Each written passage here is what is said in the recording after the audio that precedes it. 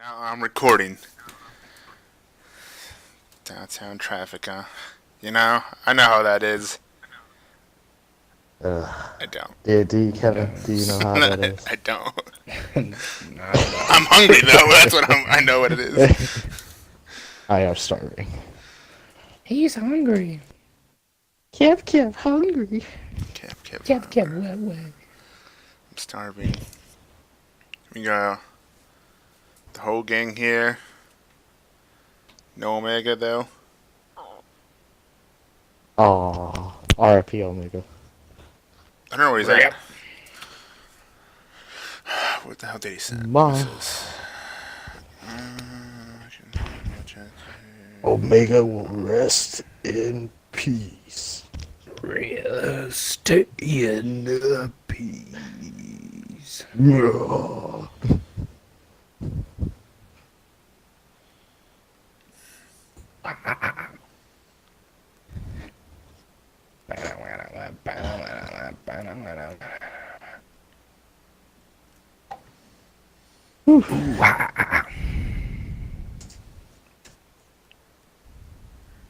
Alrighty.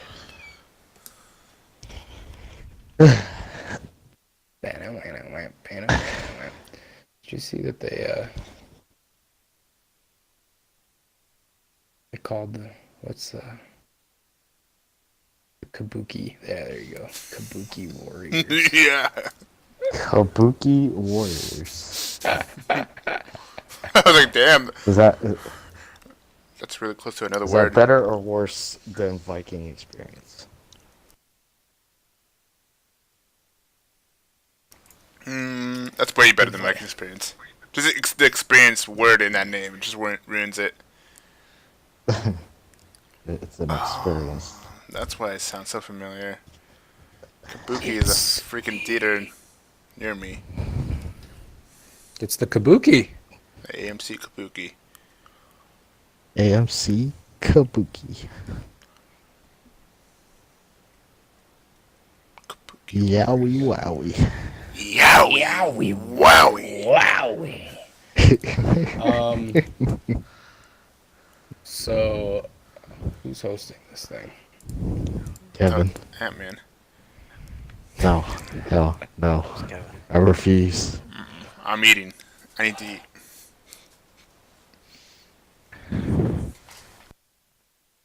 You know, I could go. I could go get some pizza and have to eat too. Well, since everybody's eating pizza, That's weird. I'm My gonna go get sandwich some came out pizza. of the fridge somehow.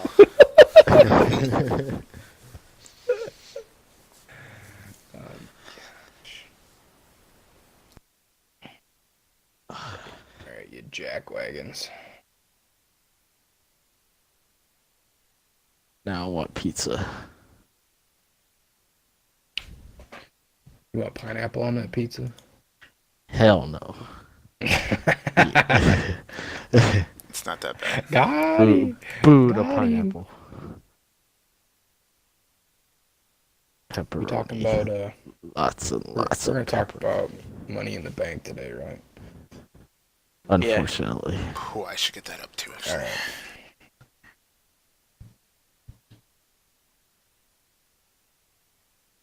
Alright.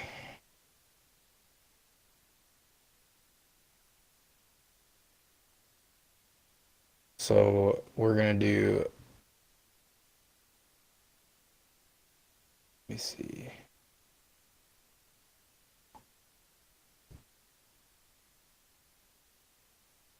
I say we try to fly through as fast as possible with the recaps because the shows this week, besides NXT, were not that great. I mean, last week was just holy moly, yowie wowie, you know? Oh, yeah, wow. Jeez, And in the past 2 weeks, it's just been slowly declining ever since WrestleMania. And they weren't even that far up during WrestleMania. It's crazy. Exactly. Grade N mean.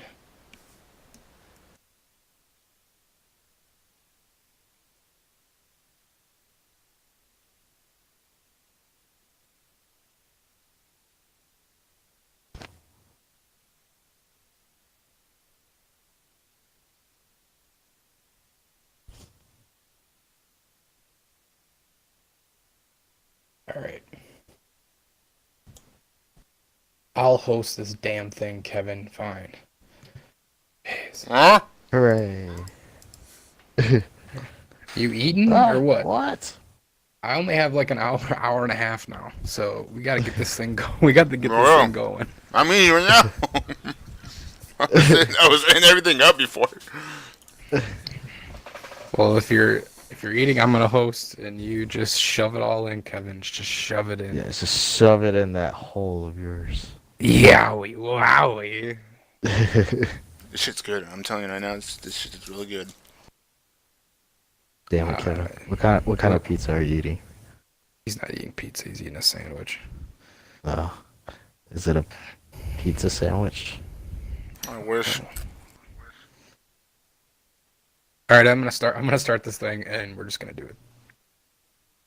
And it's gonna suck because guess who didn't watch Raw this week? This guy.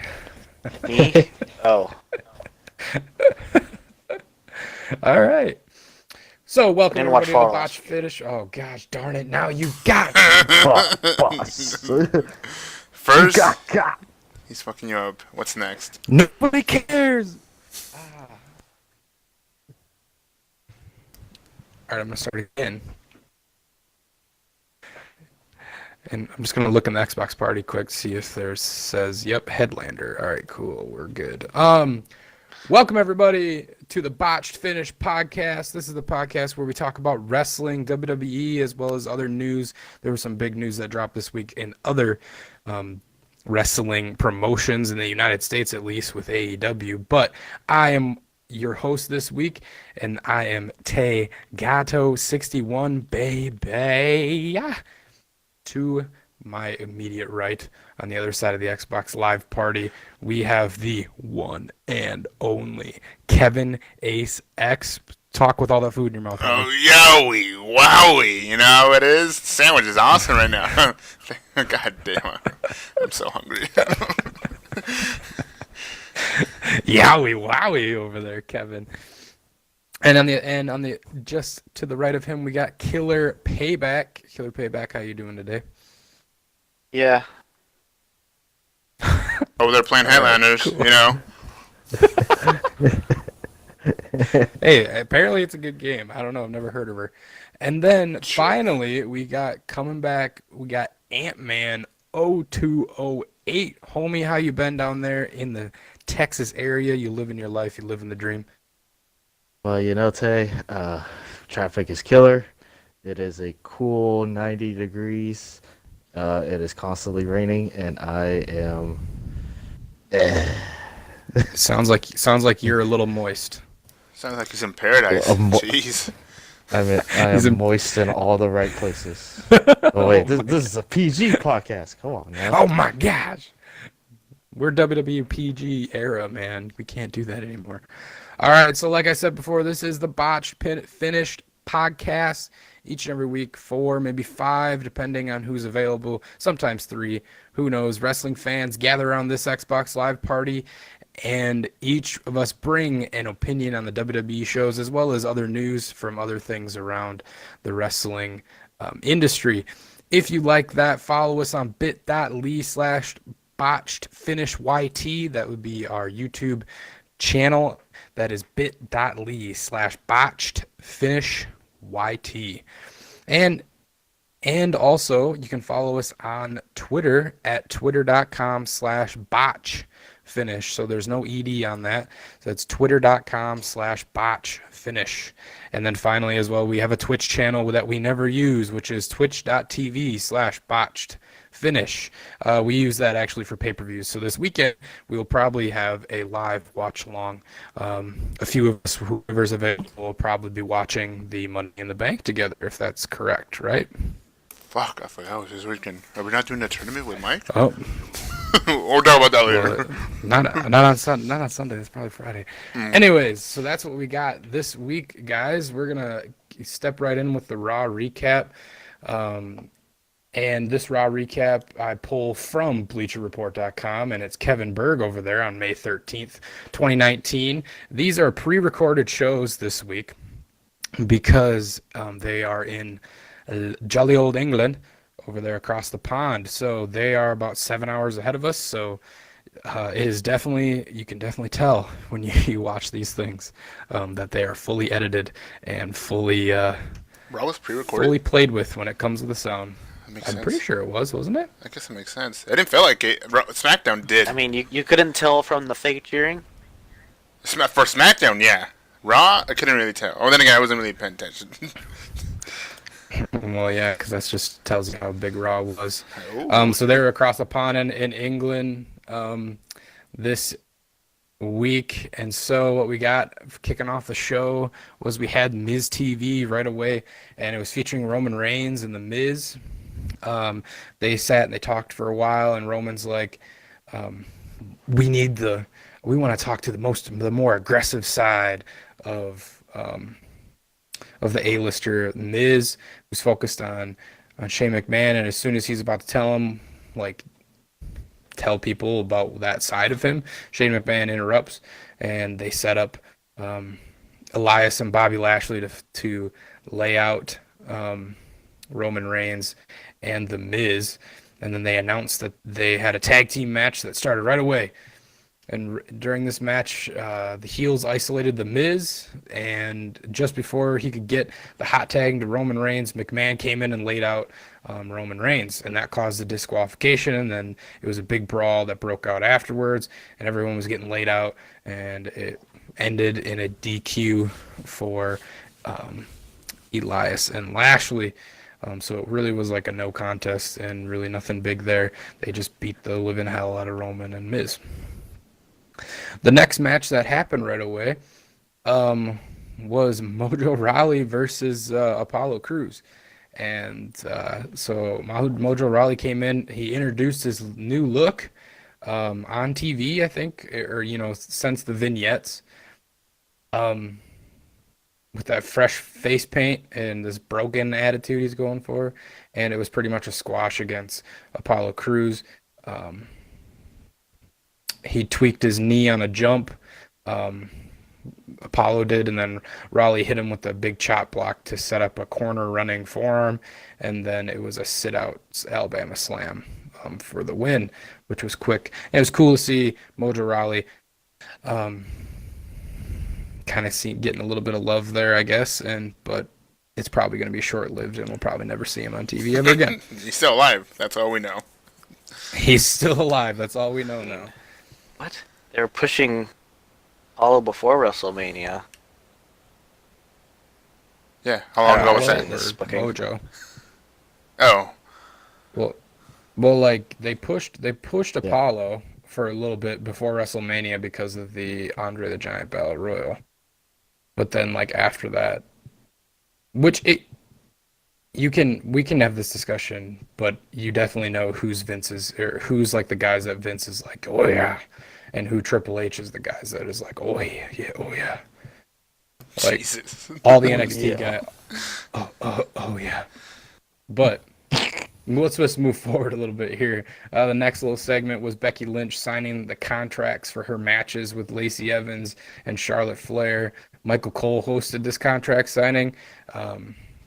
Get Michael Cole out of the ring. Let's just stop having him talk. The man stated she did not care how much damage Flair and Evans did to her because she would remain champion. I remain champion. And then the crowd in the background, Becky 2 belts. Becky 2 belts. Spot on accent, dude. And exactly, there you go. And the contracts were inked after a few more choice words, and then all of a sudden a big, huge brawl broke out.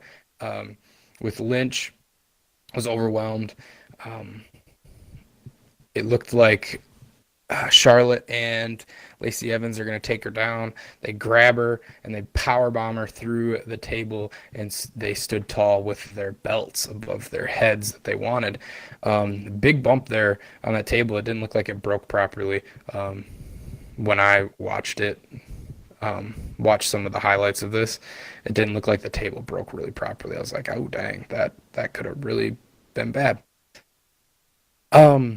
So then after that segment kind of rolled through, we had the match between Ricochet and Baron Corbin as they're setting up the Money in the Bank ladder match. So they're having some of the guys be featured here. In a pre-tape promo before the match happened, Ricochet said he would fight for his dream to be Mr. Money in the Bank. He got close to the win on Baron Corbin after doing a standing moonsault, but the Lone Wolf kicked out and then caught him running with the End of Days for the win. Afterwards, the former general manager, Baron Corbin tried to make a statement basically by setting up a ladder and gonna go up and grab the the briefcase, but the one and only knocked him off of the ladder to stand tall. So that was kind of how that match ended. I hate when they do that. I'm just gonna go stand. I'm gonna put a ladder up in the middle of the ring, and I'm gonna grab this briefcase that's in the middle. It's up top. It symbolizes that I'm gonna win on Sunday because I can climb a ladder. Oh my gosh! Spot on. That's spot on. Spot on. It's just great writing. AJ Styles and Seth Rollins speak their minds backstage. So there was a video package that was shown on the story of Seth Rollins and AJ Styles so far. So it highlighted the architect's dream to get back on top, as well as his growing conflict with AJ Styles. Then AJ Styles was interviewed and said he did not hit Rollins intentionally last week, but was done playing nice with the champion, who continued to disrespect him. Later on, Rollins told Styles he was finished looking up to his challenger and was ready to prove that he is the best. Another match going on here that was up was supposed to be the four women from the Raw side that were in the women's Money in the Bank ladder match. And so Naomi, Natalya, and Dana Brooke, it was supposed to be against Alexa Bliss. You saw backstage, Alexa Bliss complained on the phone about losing her luggage, which was a great kayfabe thing for her. She didn't have her gear. She's not full gear. She's not full gear ready. She's not ring ready. And so the full gear challenge is not in her favor, which we can talk about later, but she apparently has not been, didn't get cleared medically or something. Backstage is the real reason. So Nikki Cross came up to show sympathy to her, and the Goddess offered her her place in the match to Nikki Cross, which she accepted. So Dana Brooke, Natalya, and Bliss all cut these pre-taped promos before this match, and then the Goddess was watching from commentary. Nikki Cross ended up looking unstoppable. She caught Natalya with a hanging, spinning neck breaker, and she ended up getting the win there on pinfall. Another thing that we saw then was Rey Mysterio versus Cesaro, and I think earlier on in the night you saw Rey backstage and Cesaro came back and interrupted him. So Rey stated in an interview that Samoa Joe has crossed the line by threatening his son Dominic, and this was earlier on in the night. But then Cesaro interrupted and insulted the luchador and insinuated that Dominic was not really Mysterio's child, and it caused a brawl backstage to break out. Good Lord, no! Why? God. No, who's your poppy? Okay, all right. They already did. Didn't they already do the storyline with Mysterio and Eddie? Exactly. Yeah, That's yeah. exactly why I love It's it. They did the callback. exact same thing. It's a Gosh, callback it's to so it. stupid. So love it. stupid. Before I know, I love it before too. the new rivals fought, Joe he had a pre-tape promo on his challenger saying it was never right that the future Hall of Famer got his son involved in their business. He also vowed in that one that he was going to make Dominic a man. And the strength of the Swiss Cyborg in the match was on full display in this contest. He hit a airplane spin on Rey Mysterio pretty close to the end there, but he got a little overconfident with a lot of things. This match was actually really good. The 619 was put on multiple times, or put into place multiple times, and even Cesaro attempted to do a 619 as well on Rey Mysterio. and then Ray caught him with a 619 and then did a frog splash to win at the end. They also pulled off a really cool move where it was a springboard that Ray, and then it's kind of like the Canadian driver, the one that Adam Cole does from the top turnbuckle or second turnbuckle, but they did it springboard style. I don't know if they call that. That's not the crucifix bomb, but I don't it's a remember what cool. it's called. I think It was is something like Canadian Drive or some shit. Is it yeah, but it was a cool. It was a cool spot. Since Mysterio and has come back, they've like started. It looked like they've been allowing moves more like that. Since really they've been coming back. I don't know. I haven't seen things like that prior to it. But Mysterio ends up and gets the win against Cesaro here. And this was definitely the match of the night, in my opinion. After that point, we got another Firefly Funhouse. And holy crap, guys, this was something weird. The Firefly Funhouse presented a special secret this week as Bray Wyatt finally showcased his ring. I think this is what his ring attire is going to look like and his true self. It turned really dark and he revealed this like new monstrous clown Joker looking face. But he still wanted the fans to let him in. Very disturbing. Yowie wowie. And even in the mask, he says "Yowie wowie," and like his eyes are all yellow. It's super cool, I think this gimmick is going to be really sweet. I like having this darker presence, even though it's kind of the duality, right? Like it's the Firefly Funhouse. It's gonna be Yeah. and then it like twists super quick, but I like that. Finally, earlier in the show, we saw Shane McMahon bring in Sami Zayn and bring in Braun Strowman, and they talked about how Sami Zayn's is going to take Braun Strowman's Money in the Bank ladder match spot. And so Shane McMahon gave the shot to Sami Zayn and put it in a Falls Count Anywhere match. So, however, the underdog from the underground, is that what they're calling them? Oh my gosh, that's weird. Quickly looked out of his depth against Braun Strowman, so it quickly looked like this match was going to not be good.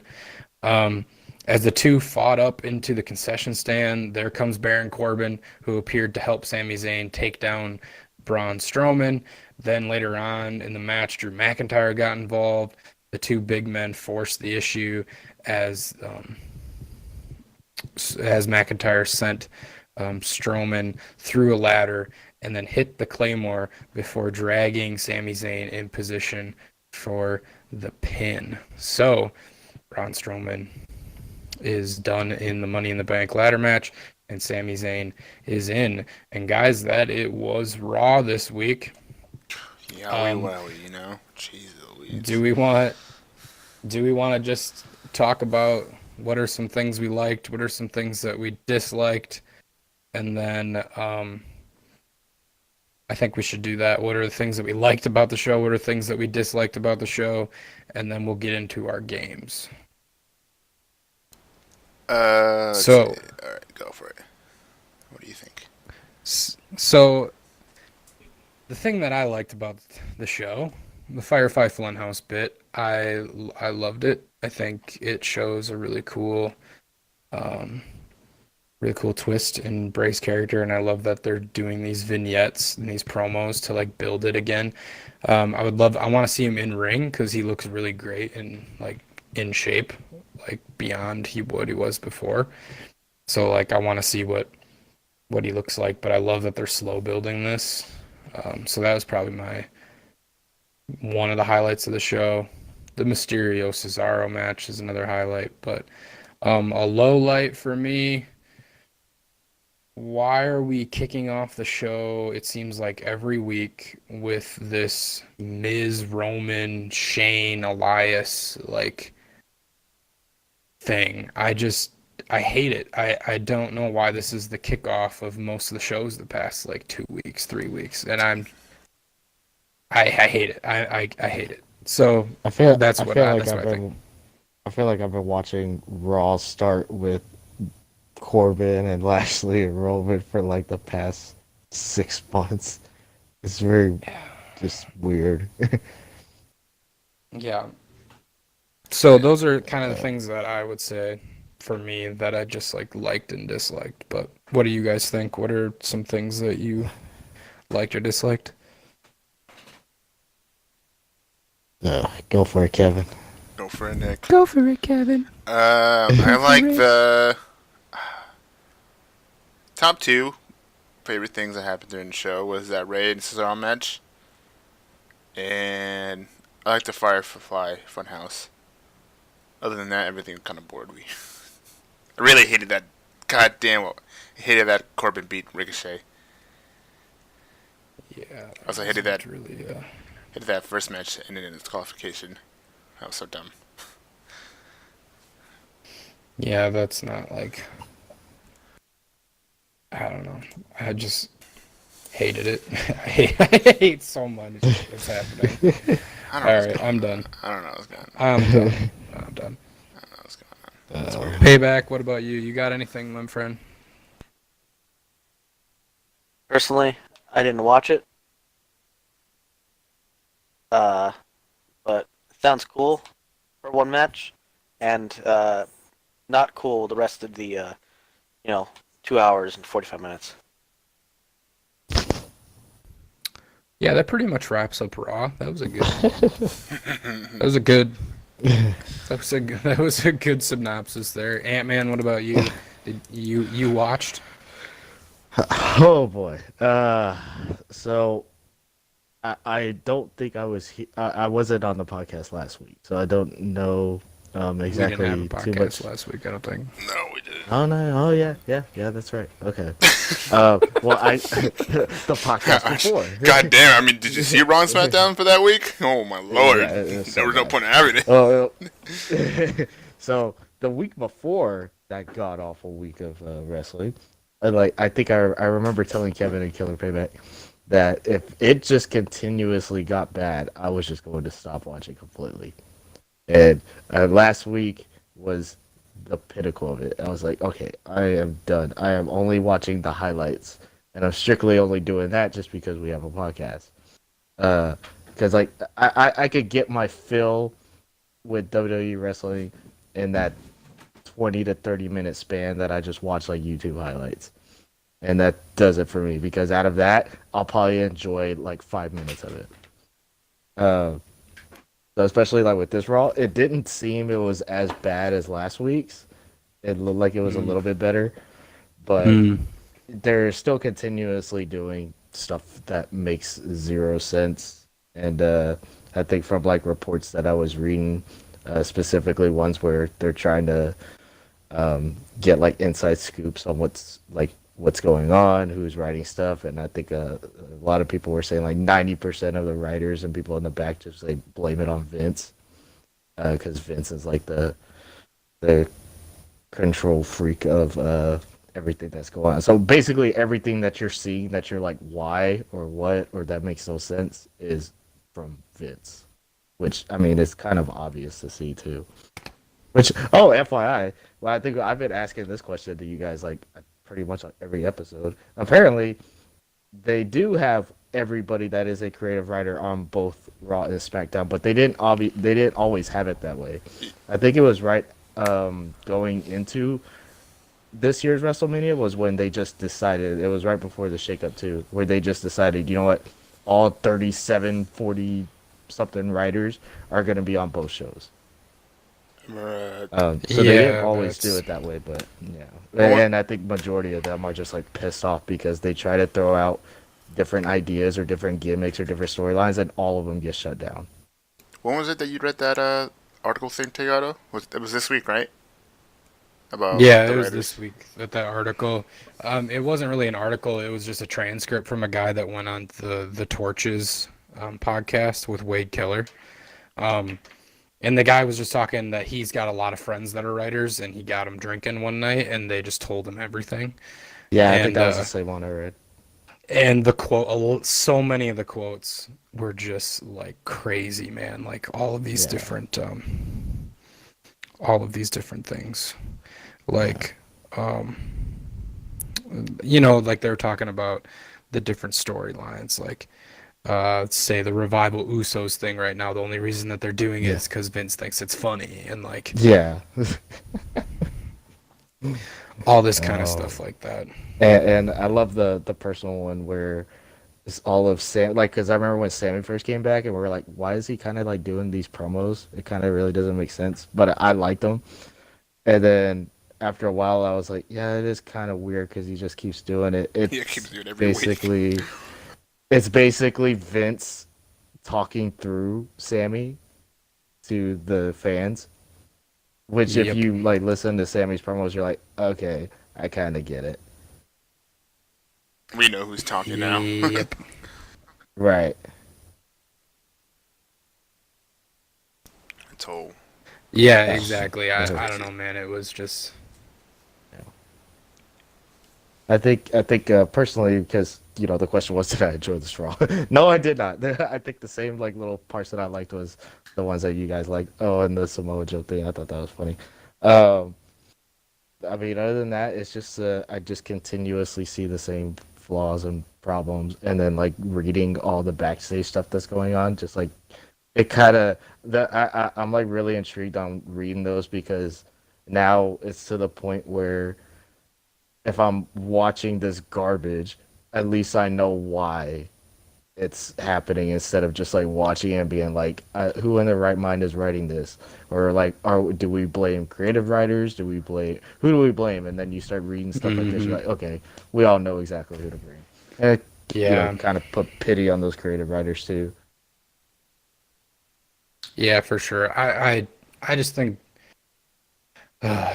Raw is just in such a SmackDown is its show, so like it's its normal show, but I just am seeing so many of just so much stuff that you're just like, why why are we doing this, and like why is this such a quick change of an issue, and why did this storyline just pop up out of nowhere? What did they do to Wildcard at the last second? Oh, it made no sense. Oh my god! Trying to explain it, and even got us all confused. I think right after Mania, thought that SmackDown was gonna be just fine and just business as usual until they did the wildcard rule. Now I'm like, okay, now SmackDown feels kind of tainted because of that. Yeah, it is because it's Raw's crap is free to go over there. There's no like official brand split, and it makes sense that they would do that because they have all 37, which Lord, why do they need 37 writers on one show? But they have 37 writers for both shows, like that go and write both shows. That just blows my mind, and I don't think that just makes no sense to me. Payback, you have any insight or opinion about that or the shows or anything? Well, I mean, you already said this, but we already knew that they'd combined the writing staff for some reason. So now, instead of it's feeling like two different shows, it feels like 5 hours of Raw every week.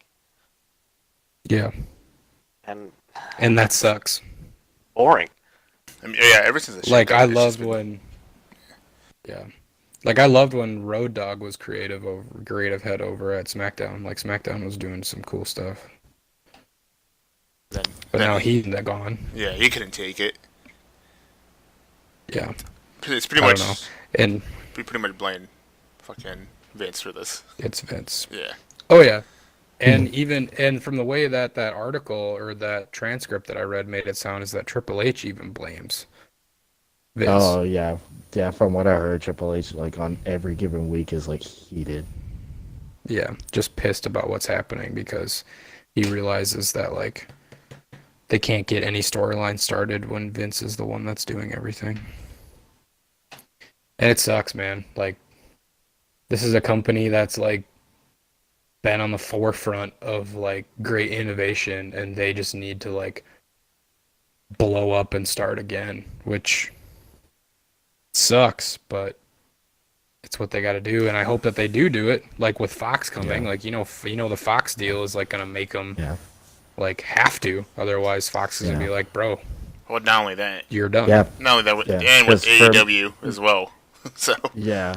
For me personally, like I think I kind of had an epiphany like going through these last like few weeks with WWE in general. Like I think back in 08 or 09, I took a break. I did not watch wrestling for like 2 years. And I think when I started to come back, I think it was around the time that CM Punk was starting to get hot, was when I came back and started actually like legit watching it. no, It took something like that for me to come back to start watching it.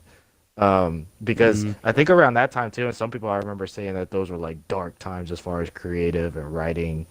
It just wasn't, nothing was really exciting happening.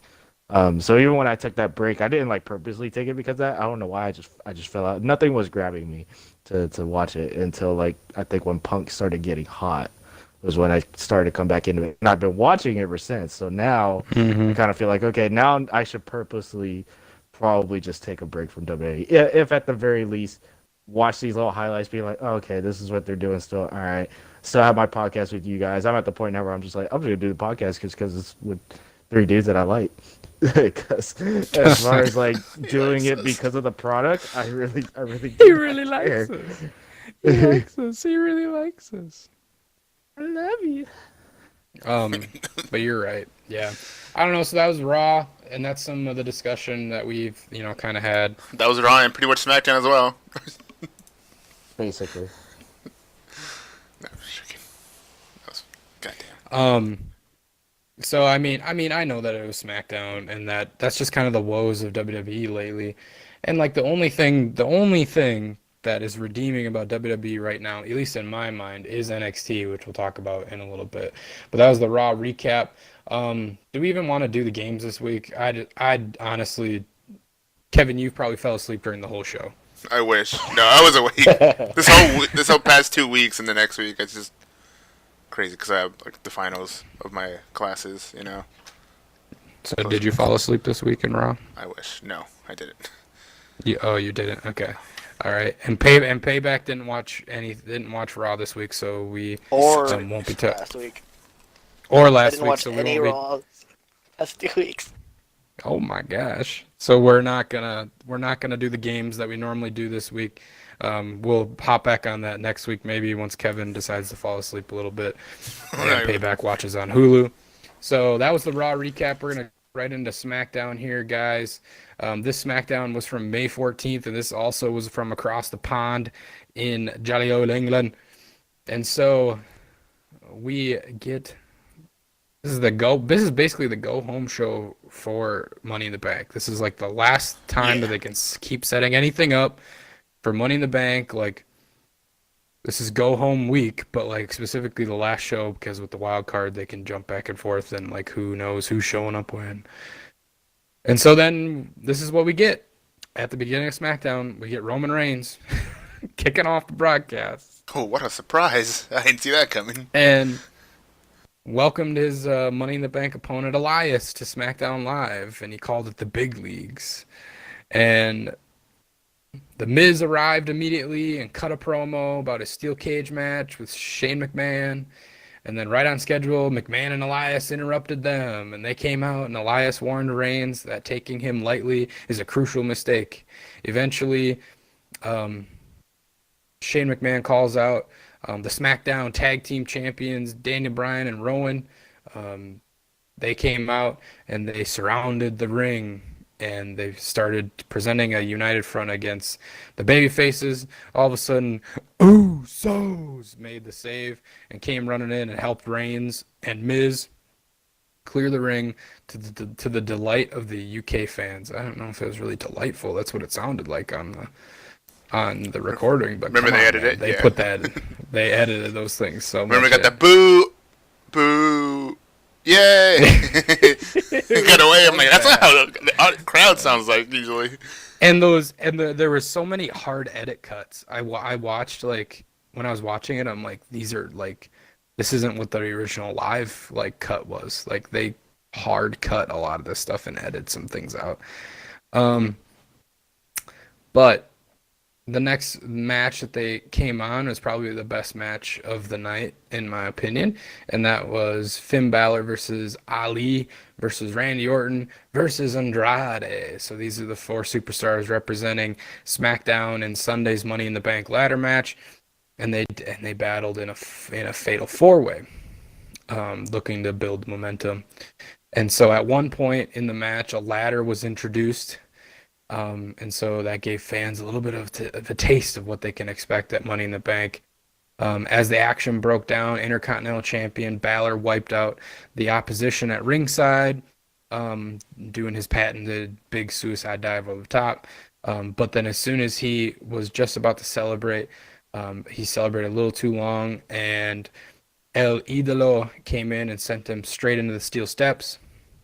You go back into the ring. Andrade drops him with a hammerlock DDT and gets the win. So that's Andrade getting the win there. In the match, we saw Randy Orton pull off one of his like RKOs, I think, if I remembering at it right. He just like did one where Ali jumped into the air, I think, and Randy like hit him with an RKO. I am excited for these guys to be in the Money in the Bank ladder match, though, because these like, I think these 4 like will really put on some good stuff. After the match was over, Ricochet came out. Oh my gosh, he's on the wild card, and he came into the ring and sent Andrade from the top of the ladder and grabbed and took down the Money in the Bank briefcase, sending the message to his competition that he can climb a ladder and he can unhook it from a clip. The message I got was like, "Oh, he's Money in the Bank champion now. He's got the briefcase." Well, he is. So he's got it. So he's got it. He So there's no cashed it way in. they can give it back. Yeah, it's dumb. So who's getting fined then? Since we had Miz, Roman, Usos, that's 4 people already, and then Ricochet came out as 5. That's past the 4 limit of the wild card. Lars Sullivan. Who's getting fined? That's a though, with Lars. There's no number.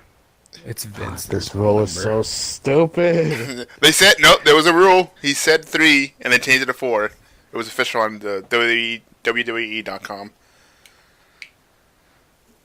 So someone's getting fined. Someone's gonna have to pay, or fired. One of those things. Yeah. I'm just here so I don't get fined.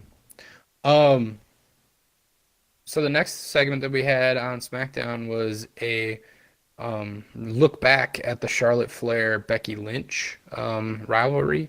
They had a nice video package. So Charlotte Flair's talks her match with Becky Lynch, and they did a really good video package type here.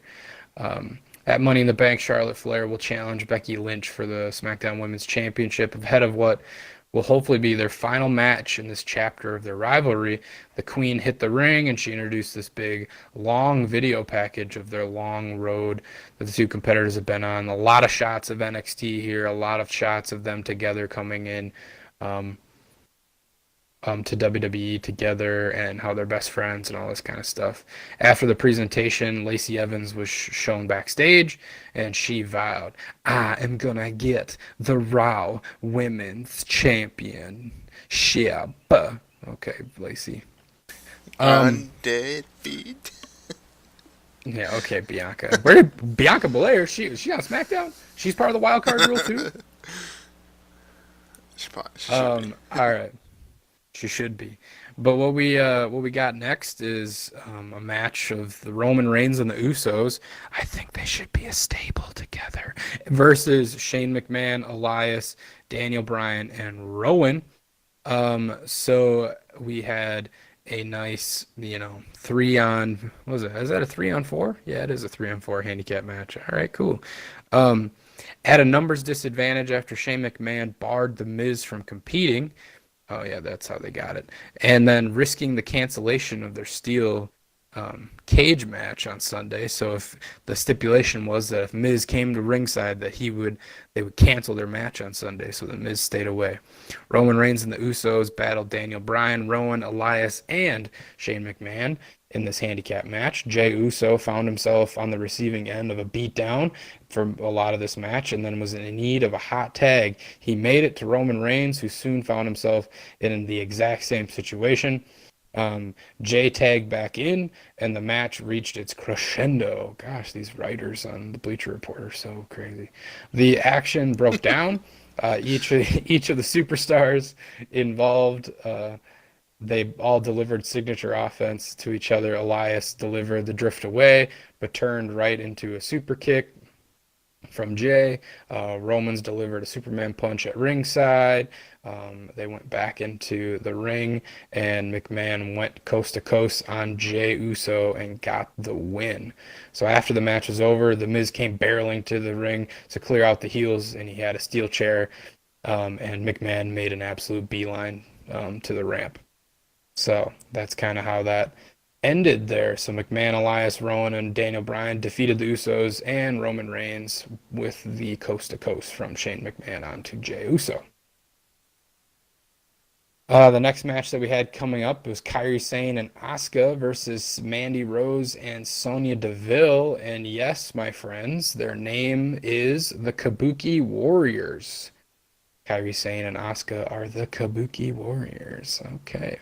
Versus Absolution, basically. The rivalry between Paige's former tag team, Sonya Deville and Mandy Rose, and her new one, Asuka and Kairi Sane, continued Tuesday as they met in tag team action. Deville and Rose isolated Kairi Sane, forcing the former NXT Women's Champion to fight from underneath if she and the Empress of Tomorrow were to maintain their undefeated streak together. Asuka tagged in late and unloaded on the opposition, unleashing a series of strikes on Mandy Rose that left the goddess stunned. She scored a crucifix roll-up moments later to pick up the victory. So Kairi Sane and Asuka continue their undefeated streak together against Rose and Deville. Well, at least the Kabuki, and this is a direct quote from Bleacher Report down in their analysis. As for the new name of Asuka and Kairi's team, at least Kabuki Warriors isn't as bad as the Viking experience. They were to get that up. Kabuki. All right, I'm gonna say it. Kabuki. Dude, I'm telling you, man. They got Kabuchi. I don't know. All right, Kaguchi. Yowie Kabuki. Yowie wowie. So we come into the final match of tonight, and it was Kofi Kingston and Kevin Owens. They exchanged words to end SmackDown. You know, it's the Kevin Owens show, the KO show. So hell-bent on sending a message to Kevin Owens that the number one contender did not intimidate him, WWE champ Kofi Kingston made his way to the ring for the main event edition of the KO show. Kingston taunted the still absent Owens, who wasn't even in the ring yet when Kingston got in there, and then the prize fighter, KO, appeared on the video screen. He cut a promo before showing a video package of the chaos and punishment he has inflicted during his time in WWE. Cool little video package, in my opinion. Owens made his way to the ring then, and an all-out brawl broke out, and then here comes out of nowhere, Sami Zayn appears and joined in the fray, and it was a 2-on-1 beatdown before Xavier Woods attempted to save him, and it did not work. Owens and Zayn dominated until Kingston dropped the ladder, dropped Sami Zayn with the Trouble in Paradise, and then the New Day stood tall to close out the show. So that's how they ended the go-home show of SmackDown, was with that. Man, Okay, go home somewhere was. I'll tell you right now. I'll tell you right now. 2 favorite matches. I'll just go with it right now. Yep. Right away. Go for it. Like right now. Yep.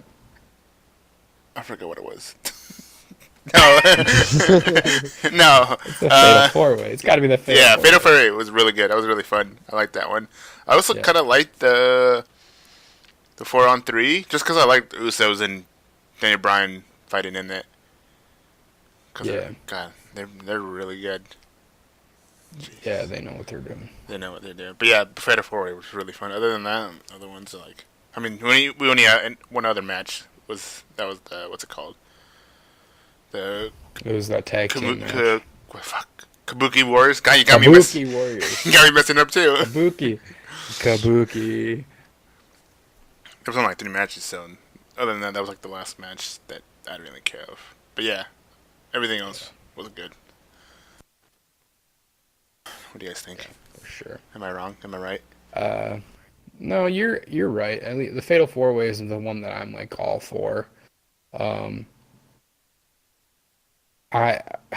Why did they rope in Daniel Bryan and Rowan into? I get that they're heels and that okay, there's history with Daniel Bryan and The Miz. Oh my gosh, but like, why'd you rope them into it too? Is it just because you want the champions to have screen time, even though they're not even having a match this Sunday?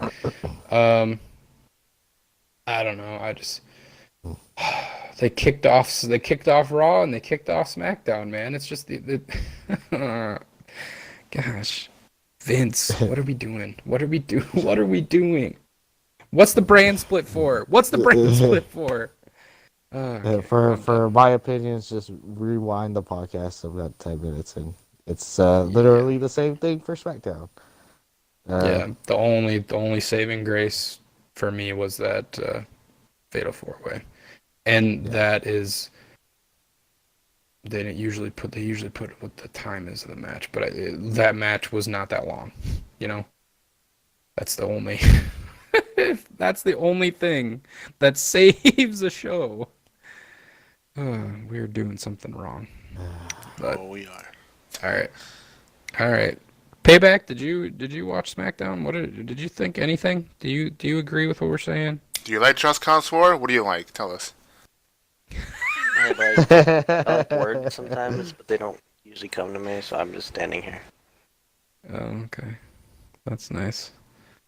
So you didn't like SmackDown? Did you like SmackDown? Did you like it? Is he I like tall? the part Is he where husky? Ricochet comes out. Oh, really? You like that part? No, not at all. I just like seeing him. You just That like was seeing him. All right, yeah, okay.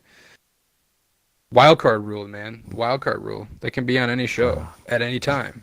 Heck, bring him down to NXT. Wildcard. Have him do a. Wild card. Yeah. You get Drew. So does that? Yeah. Wildcard. Oh, and it was certainly a surprise when Sammy came out. Wild card. I mean- There's wild card supposed to be rule. 4 wild cards. Wild card. Just it just works. It's the wild card. It's the wild card, but like, I don't know. Sure, I was like, wow, okay, Sami Zayn. They're gonna have Sami Zayn and Kevin Owens helping each other out again. What? Like, So Well, they're both heels. So. it's like, all right, they're heels. Put them together. Make them a tag team. It'd be a really good tag. Sami Zayn is my mouthpiece, and Kevin Owens is loved by the people. Put them together. I'm just like, gosh darn it. Yeah. I'm just like, yowie wowie. Yowie. All right. Wowie. Yeah. So that's SmackDown. That's what our opinions are. We're just meh on this show again. So we're gonna. I say we're just gonna move on. Our discussion after Raw pretty much summed up SmackDown too. I think was that kind of what you guys would say too. Yes. Well, whoever Which said is, it. Whoever said it was Yeah. like a 5-hour Raw, pretty much with SmackDown being like that. So yeah. Yeah. Well, let's get to the only thing that I really have that I have Kevin's WWE network subscription for, and that is, ladies and gentlemen, on Wednesday nights, WWE NXT, which is You know it's on Hulu, right? Yeah, it is on Hulu, but I like it on the network. I like watching it because Kevin's really nice and is a good friend. So this is the May 15th episode of NXT, and it's like it Can't watch kind it of live, addressed can't watch it live. It addressed the elephant in the room that we all have been wondering since the call up of the Viking Raiders. Ever since they've been running roughshod in Monday Night Raw. What does that mean as their status as NXT champions? The Street Profits, the Forgotten Sons, and Oni Lorcan made all their intentions clear. So we cut to this is the beginning of the show. Viking Raiders come out. Everybody's chanting war, which I think is hilarious. War, and they still do it too. I know. And I'm like, all right, cool. Like they don't care what management thinks that war is horrible. So they addressed the NXT Tag Team Championships right away.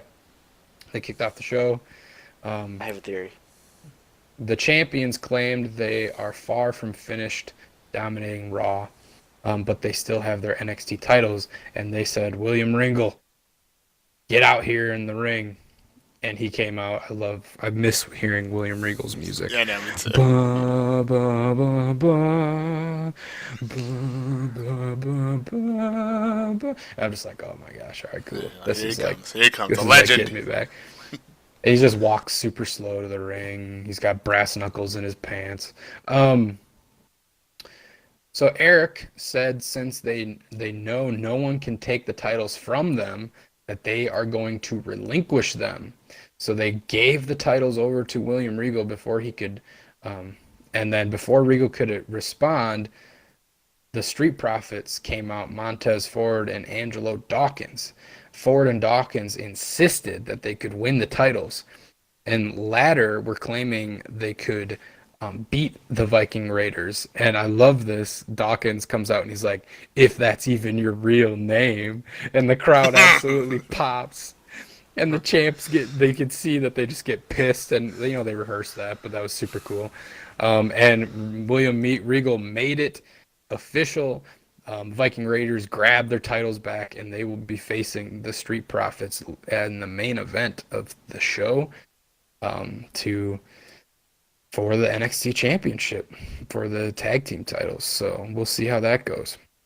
Let me just tell you, it didn't go well. So don't forget, the beginning of the match, they open up, giving in their send-off to Percy Watson. Oh yeah, Percy Watson. Yeah, wish them well and everything. Gave him his goodbye. I didn't know exactly what happened. Do you guys know exactly what happened? He just wants to pursue his acting career, from what I read. Okay. So okay. That's what he wants to do. Percy Watson. You don't know. Percy. He's on NXT. Percy or Percy? Gotcha. Percy. And then He's one of the commentators. Yeah, he got replaced by A very good one. Oh, right. He's Beth the one that Phoenix. got replaced by Beth Phoenix. Yeah. Which Commentary's going to be terrible. I mean, it's not horrible. Beth wasn't I horrible know. because you got Maru and Nigel there, and they pretty much are professionals and hold it down really good on NXT. So Beth is just there to like. she did okay. I didn't mind it too much. She did all right, yeah. So the match that kind of kicked off the show then after this promo at the beginning was Keith Lee, who we haven't seen in action for a few weeks actually, because he's been battling injuries, versus Cesar. Exactly. Versus the Cesar Bonio. How do you even pronounce that name? Bononi?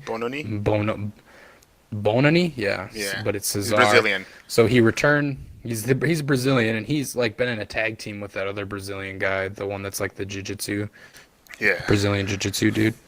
So Keith Lee returned to action on Wednesday to huge pop from Full Sail. The heavyweights displayed some absolutely extraordinary athleticism early before the overconfident Cesar found himself on the receiving end of a nasty open hand chop to the chest by Lee. You could hear it and then the pounce followed as Cesar was sent flying across the ring. And then it was a huge spirit bomb by Keith Lee that ended the match and earned the returning Keith Lee an impressive victory in his match return to Full Sail.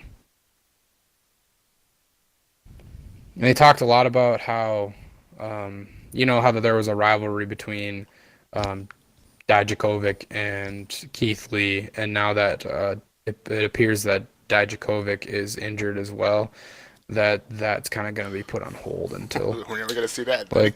until they like come back. Like Dijakovic tore his meniscus. That's like what he did. What is that? And Like so medicine? Meniscus? What is that? Is that a foot thing? like it's stuff in his knee. Meniscus. Oh, is that what? Isn't that with it's the cartilage. That's what Big E has going Yeah, on. Biggie. That's what it was. It's like cartilage that's in your knee, and like when you tear it, you have to like get it fully removed, so you like have no cartilage in your knee. Damn.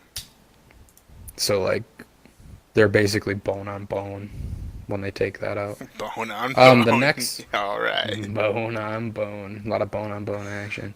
The next match here that we had was Kushida versus the finest Kona Reeves. Boo! This is why is Kona on any show? So Kona Reeves, formerly of a push that stalled about as quickly as it took. Oh, okay. I'm just reading verbatim of what Bleacher Report's saying here. And so this is not my opinion. This is Bleacher Report's. Kona Reeves, formerly of a push that stalled about as quickly as it took fans to realize his initial character was a little more than a ripoff of The Rock. It's a good one. It's a good one. Return to action for a match with the hottest free agent signee in recent history, former New Japan Pro Wrestling star Kushida. Kushida took down Kona Reeves early, targeting the left arm. His early roll was halted, though, when Drew Gulak appeared on the entrance ramp and provided an unexpected distraction. Reeves seized control, slamming his opponent in the corner and catching him with a big knee. Kushida fought back and applied the hoverboard lock, but Reeves powered out. And then it was a heel kick from Kushida and a somersault plancha. They called it a plancha wipe or a somersault plancha. I don't know what that is. Wiped out. So it must. Is that the somersault? Is that the somersault? What is that? I don't know how to explain it. He did it. I don't know how to explain it. But Okay. Is that like? It was like the spinning move that he put on, right? Though that's like okay. All right, I know what it is now. I can't explain it either. And then that wiped out Reeves at ringside. Back in the ring, he reapplied the hoverboard lock and forced the tap out, and then had a nice little stare down with Drew Gulak, who apparently is on 205 Live, but apparently is on NXT now too. I don't know what's happening. And all right, so that was how that match turned off. Kushida is definitely the real deal, so that's cool. Then we had a women's match, Jessie versus Vanessa Bourne. Okay, Aaliyah accompanied her tag team partner Vanessa Bourne to the ring as the latter was set to battle the 2018 Mae Young Classic competitor Jessie. So Jessie was in the Mae Young Classic, and now she's making her NXT debut. Bourne dominated from the outset, working over the still unproven and seemingly overmatched Jessie, despite the crowd trying its best to will her back in the match. At one point, there was interference from Aaliyah in form of supposed to be a huge slap to the face. It looked like she missed, though. And then it was followed by a nasty whiplash neck breaker, which is Vanessa Bourne's finisher, it looks like. And it ended Jessie's comeback attempt as Bourne picked up the victory. So that's a little... It was like nothing match, pretty much. It was a filler match for sure. We did see during a lot of the night, there were a few promos that we saw. One of the promos that we saw was Roderick Strong and the Undisputed Era, where they showed a video package of what they went through the week before that when Matt Riddle won against um, Adam Cole because of Roderick Strong's interference. And so they saw after the match that Roderick Strong took off his Undisputed Era t-shirt, took off the armband, chucked it in their face. And like all you heard was just like cuss words after cuss words, like bleeping out everything that Adam Cole was saying. And I'm like, holy crap, like, all right, cool. Like, that's weird. That's new. We don't normally see that on a lot of the, like, like on WWE programming, we don't normally see that much bleeping out happening. Because they can only say like one or two like somewhat considered swear words, and then like that's it. So they don't really do it. Well, but they on bleeped this, it, they so had a lot of. they're fine. But yeah, I know. But they had a lot of bleeps, so I'm like, all right, cool. They're just flying off the handle. Well, they could get away with it because it's on an app instead of like USA or something like that. That's true. They're not on cable. They're not on cable. That and like you could do whatever. You could be naked if Vince wouldn't even notice. He doesn't watch weekly NXT. He doesn't know how to use the internet. That was something that was in that podcast the transcription too, was that he barely like even watches takeovers. Yeah. He watches Raw, SmackDown, and works out. That's literally all he does. Yep. So continuing with that promo though, you see they cut to Kathy Kelly, who's in the back, and you see her interviewing the Undisputed Era, and it's not Roderick Strong, so Roderick Strong's not there. You like as they're talking to Adam Cole and Bobby Fish and Kyle O'Reilly, you see a bunch of people run by the screen really quick, and you see the cameraman kind of jerk a little bit away. And then coming from the left side of the screen and from like behind the barricade comes walking Roderick Strong. He pulls up to Adam Cole and he says, "You're right. We need to be on the same page, like we were last week." So I think I took out that Matt Riddle problem. And he holds up one of Matt Riddle's flip-flops. And it's like it's supposed to be covered in blood. I don't know if you saw that, but it's like got blood drips on it. Oh, I didn't see that. So what, did he get stamped or what? Yeah. I don't know, but it said we won't be having a Matt Riddle problem anymore. And then like you hear people yelling in the background. And like you're just like, what the heck did Roderick do? Like, good lord. I was like, they didn't hear anything going on? Like, they're outside too. Yeah, I don't know. So it's a dumb promo, but it was weird Really, I to liked hear it. and see that from. Yeah, I mean, I liked it too, but it was cool. It was cool to see. And then just some more things that were happening backstage too. Throughout the night, you saw different people going to William Regal's office to talk to him about things. You saw Mia Yim back there talking, saying that she wants a rematch with Bianca Belair from last week. I'm undefeated. Oh, God, get out of here. Just get a different gimmick. Say something else. Get a different catchphrase. She's been defeated before. She was defeated multiple times. And then I am defeated. Yeah, exactly. And so apparently we're going to get a rematch of Mia Yim versus Bianca Belair sometime soon. And then also you saw the Forgotten Sons going into William Regal's office because they were pissed off that the Street Profits got the chance to go against the Viking Raiders and not them. You get to hear Jackson Riker actually speak, which was a little bit weird. I thought that segment was a little quiet, but Jackson Riker was like, "All right, cool, all right. Forgotten no more, do unto others." And you're like, "Good Lord, stop with this." Forgotten no more, and then they go in there, and Mr. Regal, and then I'm like, "Oh, okay, all right." I'm like, all right, cool, you biker gang. You trying to be like the, what was that really popular TV show that had the bikers on it? Sons of Anarchy? Sons of Anarchy. That's exactly who they're trying to be. It's just the Sons of Anarchy of NXT. It's a very poor attempt at that, but... Yep, exactly. But do unto others! And so that's it. And, all right, so that was some of the backstage promos. That happened, but we're going to get into the main event because I thought this was really good until it was really bad. we got the Street Profits versus the Viking Warriors. Almost said the Viking Raiders. Are they the Warriors? No, they're the Raiders. This is Raiders, a typo. They don't even know. They don't even know what they're saying on Bleacher Report. Come on, Bleacher Report.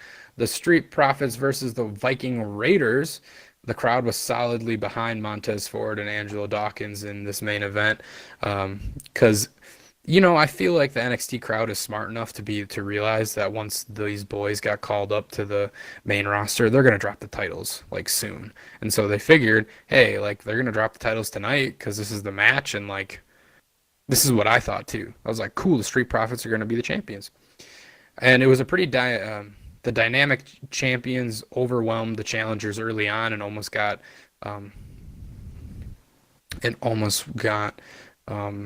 pinned for it. Dawkins and Ford turned their momentum against them. Dawkins and Ivar exchanged cartwheels. That was kind of a cool spot in the middle of the ring. And then Ford delivered this huge picture-perfect frog splash, which I think he's so good, man. He's so athletic. It's so cool to see him do this frog splash because it's like super dope. It was a big near fall there.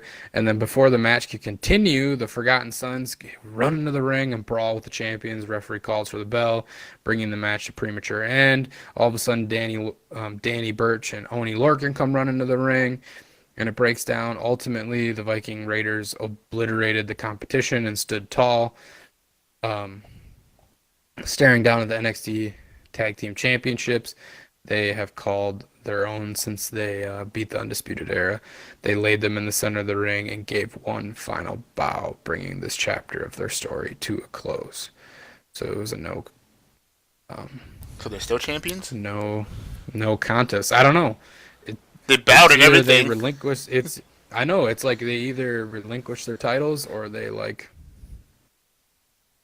Unless they're continuing it. But I don't know if you saw during that whole brawl, it was really funny.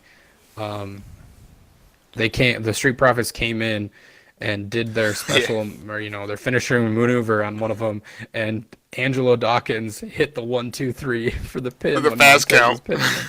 And the fast count. And they went and they run out and they're like, "We're the champs. We should be the champs. We beat them. We beat you." And walked out. I'm like, I'm a huge fan of the Street Profits. But that was the end of NXT. It's interesting to see that, I don't know, man, that they would just give him a goodbye like that, not let him win, not let him just pass on the titles to somebody, but like have him be in no contests and like set something up for TakeOver where it's Oni Lorcan. It's probably going to be Danny Burch, Oni Lorcan versus Street Profits versus Forgotten Sons for the title probably at TakeOver. I wouldn't be surprised about that. TakeOver's in like but that's 2 weeks, NXT. So. Yeah, is it 2 weeks? It's beginning of June, if I remember correctly. Where's that? What pay-per-view is that tagged with? Or is TakeOver 25. It's in Connecticut. Yeah, June 1st. Oh, nice. Okay. So that's 3 weeks. Yeah. Or 2 weeks, whatever. Yeah. 2 weeks. Cool. So that was NXT this week. Ant-Man, Killer Payback. You guys didn't watch NXT this week, assuming? No. Payback. You're not an NXT guy usually. Take that as a no.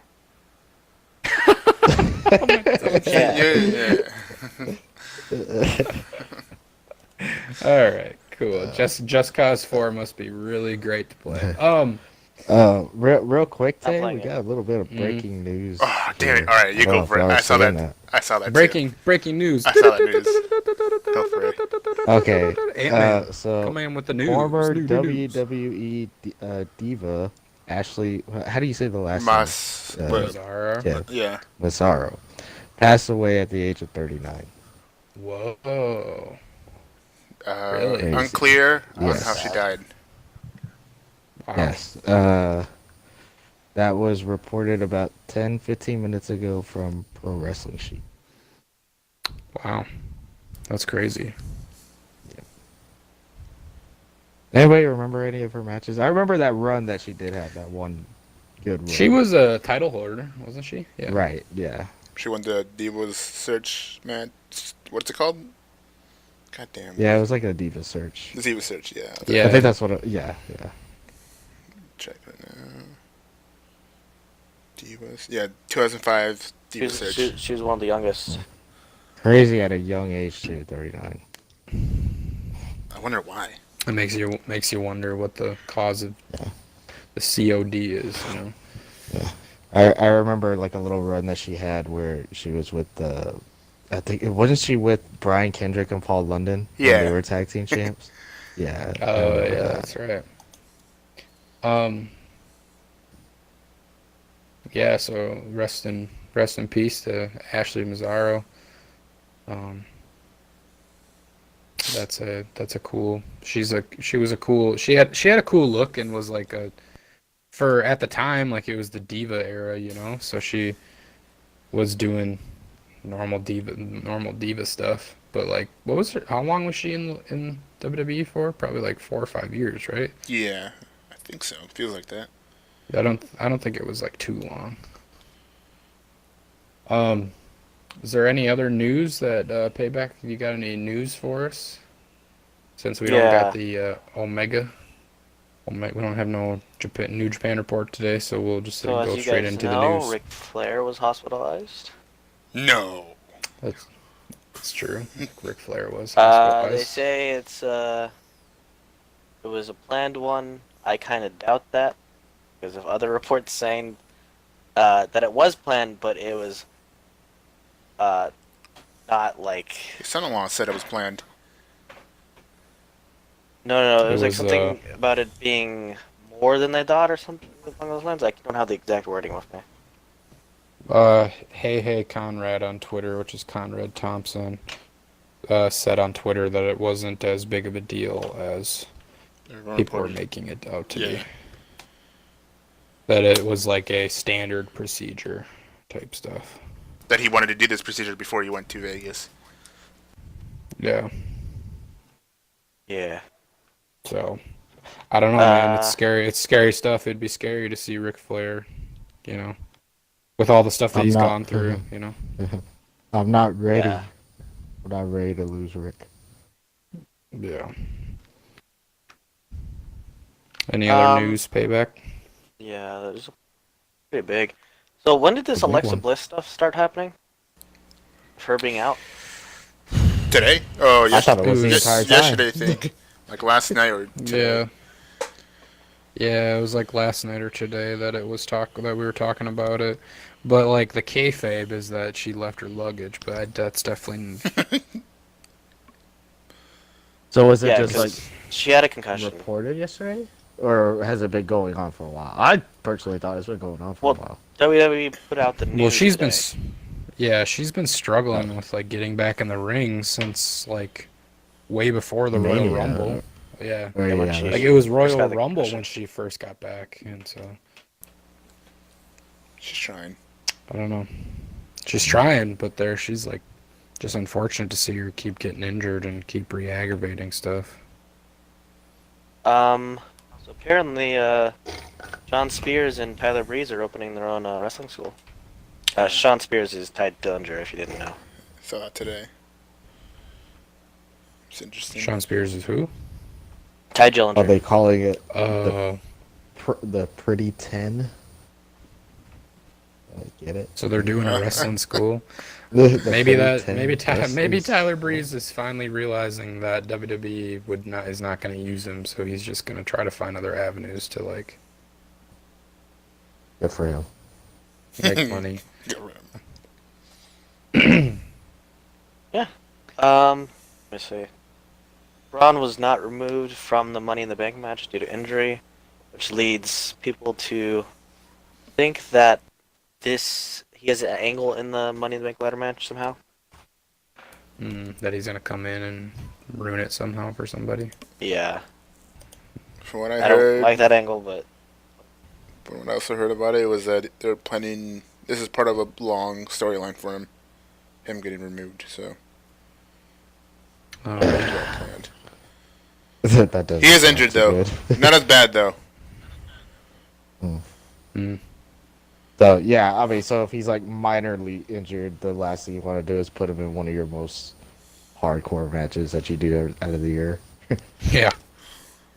I mean, I think he would have gone cleared right away, but Payback, we're going to talk about TNT and AEW as well.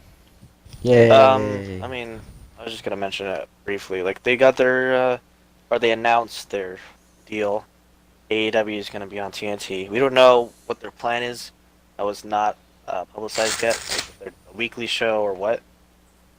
It was We'll find publicized, out. actually. So they didn't give us a time slot or anything, but like the official announcement says that it'll be a weekly wrestling show. starting in Here, October. let me see if I can find that.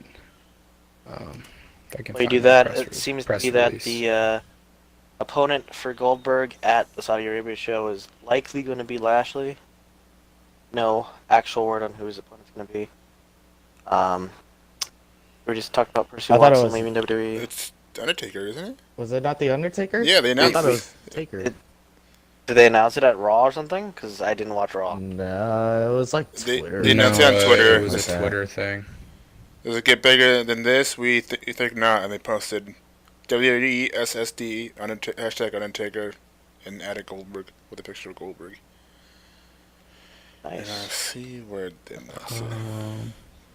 All right, so this is the Except their Twitter AEW. This is the AEW press release that was with TNT. The headline says Warner Media, which is TNT, partners with All Elite Wrestling for multi-platform launch of groundbreaking new wrestling league. So it says TNT will air weekly matches later this year. The inaugural May 25th event, Double or Nothing, will be available on TNT's Bleacher Report Live, and it will also be via pay-per-view. AEW will introduce a new generation of diverse wrestlers and give fans a new wrestling experience for the first time in 20 years. Let's see what else to say here. Later this year, Warner Media will provide exclusive multi-platform access to watch AEW events, airing live weekly matches on TNT in prime time, as well as streaming them through Warner Media's BR Live and on pay-per-view, a leading digital sports enterprise. BR Live's high fan engagement will provide an invaluable opportunity to build AEW's audience. Let's see here. What I wanted to see what else it will be. It talked about, okay, here it said, focused on producing fast-paced, high-impact competitions, AEW offers fans less scripted, soapy drama, and more athleticism and real sports analytics, bringing a legitimacy to wrestling that has not previously had wrestlers that has not previously had. Wrestlers will also be given more freedom to explore their characters and highlight their athletic abilities. Introducing statistics to wrestling for the first time ever, AEW will raise the stakes for its matches and deepen fan engagement by tracking each competitor's wins and losses as the wrestlers pursue championships, analyzing their moves, assessing damage to their opponents, and providing insights into their winning streaks. Yeah. That's gonna be interesting. Yeah, so then they just continue to say that BR Live will serve as the exclusive digitally streaming platform in the United States for AEW's inaugural event, Double or Nothing. Additionally, the hour-long pre-show special, The Buy-In, will stream on Warner Media and AEW social channels, saying that buy-in will be streamed over. That's the pre-show that will include the Casino Battle Royale, which has 21 competitors going for their a shot at the AEW World Championship. I heard about So that. It's that'll be- interesting. Yeah, Interesting so that'll setup. I don't be know if you saw it. on the AEW page, social pages.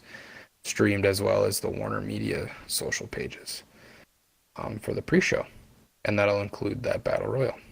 So that's kind of the deal that was publicly announced by AEW and TNT earlier yesterday. So what do you guys think about that? Do you think that's a good thing, bad thing, or what? I think it'll be interesting. Kind of like having the UFC and WWE kind of like put mixed together completely. Like in the UFC, you have those statistic kind of backgrounds where they'll rank the contenders based on their wins, losses against who, what type of fighters that they are, and each fighters, they do have like their personalities, kind of like Conor McGregor or guys like that in the UFC. So kind of just basically mixing that statistic background kind of version of what UFC does along with their wrestling kind of backgrounds and gimmicks. Will I say, will it be good? Will it be bad? I mean, I don't know. It's something that we've never really kind of seen before, so I can't really say if it's going to be good or bad. Is it going to be interesting? Yes. I think they're going to draw a lot of attention when it does come out. Are they going to keep that momentum going once it's done? We'll have to wait and see. And also, the good thing though is they got on a good platform with TNT. You're gonna have different people running the show, so it's not gonna be like how it was with WCW. Hopefully they take those lessons that they learned from back then and keep it going. I'm personally excited for it because I think this is the first legit competition that WWE is gonna have. I think everybody's been saying for a while that, or at least at WWE's mind with Vince, that they're not even gonna worry about it. It's not gonna be competition. I think this is gonna basically turn their heads now. I think they're gonna have to look at it as competition. They're gonna have to do something come October when they get that Fox deal, because if they don't, AEW seems like a place that's gonna catch up to them quick. Yeah. I don't know. I think I want to see something new. I'm hoping for. So we'll see what happens. Yeah, I'm ready to see something new in the American, like national TV. Like, sure, Ring of Honor is on national TV, but like I don't get it in any of the stations I have. And Impact is on Twitch, but like I want something new that's on like the whole cable network so you can get onto. So I'm excited. I can't wait to see what they pull out, but for sure. It's going to be exciting. Gentlemen, I got to step away. There he goes. Unfortunately, I got to step goes. away He's getting kicked out. because I have to. I have some other arrangements I have to get to. But it's been awesome. So you got to before you leave? Payback. I'm glad that Just Cause is really great, and that you're having a lot of fun over there. What am I? Literally You need, playing. Kev? NXT NXT Tag Team Champs are vacant. And then They're vacant. Yeah, All Regal right. will say something about it next week on the future. All right, cool. All right, that'll be sweet. Before you leave too? Kind of a weird way to end it. Yeah. But, yeah. What do you just predict real quick the winner for the Money in the Bank for men and women? Oh, okay. All right. So you guys will be going into Money in the Bank talk here pretty quick. But for me, for the men's Money in the Bank, man, they had Ricochet look really strong on that go home show of SmackDown. So I don't think it's gonna be him. They don't normally like to do that on the show before. I think Braun Strowman's gonna interfere with the Sami Zayn thing, so I don't think they'll have him go over. Ooh, man, it's a tough one. I would love to see Ali win it. But I believe that it's going to be Drew McIntyre for the men's. And then for the women, what I would love to see, I'm going to go with my heart here. Alexa Bliss gets kicked out. Nikki Cross comes in and she wins it. That's the plan. I mean, that's what's happening. Nikki Cross has her place right now. That Nikki Cross is gonna get it. No, I'm just not gonna get it, but she has her place. She took her over. She has her place. Okay, Yeah. cool. So I would love to see Nikki win, and I kind of want to predict that. I think that'll be cool that she gets like a big summer push. With her being like super crazy, I love that, and you know, I hope that happens, but Vince is gonna not make it happen, and it'll probably be Bailey. So whatever, my opinion doesn't matter. Anyways, so those are the two that I think: Nikki Cross and Drew McIntyre. So those are the two that I got. All right, fellas, I'm heading out. We will talk to you guys later. Enjoy the rest of the podcast. See you later, Botched Finish Podcast listeners. Give it up for KevinAceX, the one and only, because he's going to be finishing out the show. I love you. Okay, bye. That was the plan? That wasn't the plan. Alright, since he's gone, let's just talk shit about him, dude. Wait, did you hear about Silver King? Passing away? Last week? In ring. Yeah, I know. It was in ring. Like, that's really sad, actually. Not really. I mean, if you love wrestling, I guess go out the thing you love doing. That's how I see it. He must have loved wrestling a lot. I mean, he must have been happy just wrestling again. Unless he just had to wrestle, like he was forced to. And then in that case, that would suck. Yeah. Yeah. Also, last piece of news is that unfortunately we have, before you do that, because this is also unfortunate news. Vince McMahon plans to run both WWE and XFL.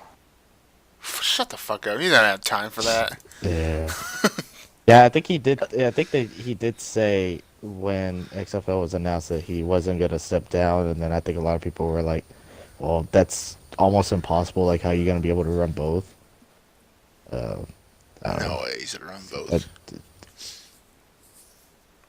It's easy to see it's too much for him. It's true.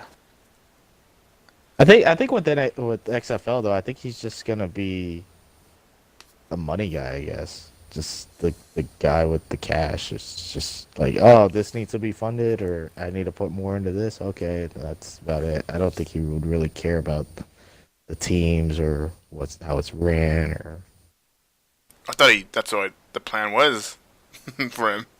I thought that's what he was talking about when he first announced it. I don't know. I mean, I might be wrong. I don't know. I mean, I would think that you'd have to be very experienced and whatnot to do something. Like in the NFL, you have all these rich owners and everything. A majority of them don't know squat about football in general. So they'll have people that run their own teams, and it's a group of people. But even then, all 32 owners answer or have this one particular guy called a commissioner that runs all 32 teams for together, just basically like overseas. So they have this one guy that works for all 32 owners. So I would think that with Vince, because I don't think he knows a lick about football, why would you want to be that particular guy who has to oversee and overlook all those teams while you're running an entirely different company? And I don't think he would even have the time to do any of that either. I wanted an excuse for him to not be involved with WWE anymore. Yeah, I don't know. We'll see. I have a feeling it might be too much for him, but we'll see. 2020. XFL. Are you gonna watch Ant-Man? You're a sports guy, so. Yeah, I mean, I think he said that it would be on during the summer. I think. If it's on during the summer, if there's possible games that are around my area, I might dabble into it. I dabbled into the other league before it tanked. We had a team here in San Antonio. I went to one of the games, and then the league 2 weeks later crumbled. But Yeah, I mean, I'll dabble into it if it piques my interest, because I don't think they're gonna do anything gimmicky with it. It's just gonna be another league, so yeah, we'll see how it goes. That all the news? Payback? Yeah, that's all I have. Alright. Let's just go over Money in the Bank real quick. And then off with the shabam, you know. So we have 1, 2, 3, 4, 5, 6, 7, 8, 9, 10, 11, 12, 13, 14, 15, 16 matches. Oh my god. Joking. We have like well, I actually want 1, 2, 3. That would not surprise me. 10, 11. We have 11 matches. One of them is a pre-show. That's still too much. I know. Jesus. It's only like, is this the first pay-per-view, right? So Back- yeah, back from 10 WrestleMania? matches. Yeah, I think so. Right? Yeah, 10 matches on a 3-hour show, and actually 3 of them are gimmick matches. Yeah. We'll see. I mean, God, I guess one of them is going to be a squash. All right, let's go over the matches real quick. So, pre-show match is the SmackDown Tag Team Championship with Daniel Bryan and Rowan versus the Usos. That's in the pre-show. Man, how do you go from main eventing WrestleMania to being on the pre-show with Daniel Bryan? Well, he was injured, and then they had to replace because he had his spot was with Kevin Owens. That was his spot. Kevin Owens took. Cause he was gonna fight Kofi Kingston, but then he got injured, and then they had to switch the plans. But then he came So back. why don't you just keep him off TV until you do the Kevin Owens thing, and then bring him back and continue where you left off? I don't know, because they wanted him back anyways. I don't know. It's WWE, come on. This is WWE. Yeah, I mean WWE. So that we have that, and then we have sorry, someone texted me. Cruiserweight match, Tony Nese versus Daivari for the Cruiserweight Championship. I'm surprised that's not a pre-show. Then we have United States Championship match with Samoa Joe versus Rey Mysterio. Then we have The Miz versus Shane McMahon in the steel cage. And then we have Roman Reigns versus Elias. Then we have the 2 Money in the Bank matches, the men and women. For the women's side, we have Naomi, Natalya, Dana Brooke, Nikki Cross, Bayley, Mandy Rose, Ember Moon, and Carmella. Men's side, we got Ricochet, Corbin, Drew McIntyre, Sami Zayn, Finn Balor, Ali, Andrade, and Randy Orton. And then we have Becky Lynch defending both titles. SmackDown with Flair, Raw with Evans. And then we have WWE Championship match with Kofi Kingston versus Kevin Owens. And then we have the Universal match with Seth Rollins versus AJ Styles. You guys want to go over every match and predict who's going to win? Oh, do we have to? I mean, it's up to you. I mean, some of these are pretty easy, I have a feeling. Okay. Like the SmackDown Tag Team Championship, I know it's going to go with Bryan and Rowan. That one's obvious. Bryan and Rowan. I doubt they'll lose it right away. Plus, the Usos are in Raw, so. You never know. Alright, Becky Lynch versus Lacey Evans. Becky Lynch. Yeah, I say Becky for this one. Becky. How about Becky Lynch versus Charlotte? Becky. I'm gonna go Charlotte. I'm gonna say Charlotte. I'm gonna say Becky. I think they might stick the 2 belts for a bit. It's only been a month. For one, this whole time to get to Money in the Bank felt like half a year. So I think they already got enough of the Becky 2 belt kind of thing. Plus, it gives them an excuse to put that title back to SmackDown. And if you're gonna let Becky lose one of those titles, I guess you have to do it to the second best women that you have on your roster. So Yeah. Okay, how about Seth and AJ? Seth. Ooh, yeah, I'm gonna say Seth. I don't think this match is gonna have a clean finish though. I'm gonna say Seth as well, and then they give themselves handshakes at And the then end. AJ kicks him in the balls. Yep. And then the club comes out. And helps him. Hey, girl, everyone. And what about Kofi and Kevin Owens? Yeah, I'm gonna say Kofi, but I mean, I really don't feel good about it. I would not be surprised if they took the title off Kofi that fast. It'll make Kevin Owens a heel. A huge heel. Yeah, A a lot of huge heat. heel, and people would hate Vince even more. Which I think Vince will probably have to play like people hate me anyways. Whatever.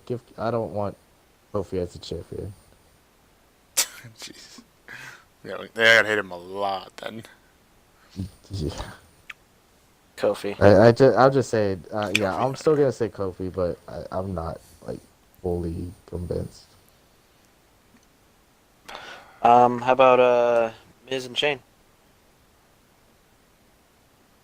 Miz. This one's kind of hard for me. I don't know. I think they might finish the storyline off here and then go with Miz, but they might also carry it on to the Saudi show. Yeah. Or I feel like they're building the Roman Shane thing for the Saudi show. Or did they have something planned for Roman already? That's what I thought too. Yeah. I'm gonna say Shane. I'll say Just Miz. because of that. Okay. How about this isn't even really like I'm just gonna Roman. say this to humor you guys. The Roman or Elias. Roman. Roman. Yeah, I agree. Samoa Joe and Ray.